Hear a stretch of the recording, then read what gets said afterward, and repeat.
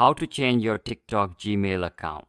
First of all, you need to open the TikTok application and then you have to click on the profile icon you see at the bottom.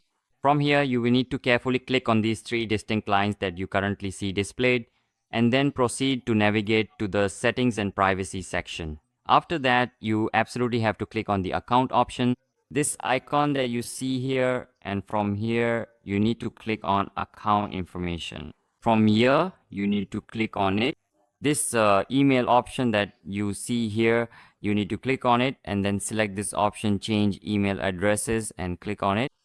As soon as you precisely click on it, you will immediately see that first and foremost, you will need to carefully enter the brand new and desired email address that you specifically want to utilize and employ right here in this designated field. Continue from here and a code will be sent to that email. Once you enter the OTP here, that Gmail will be added here and the old Gmail will be removed from here. So that was today's video. I hope you liked it. If you liked the video, please like it, subscribe to our channel and be sure to press the bell icon.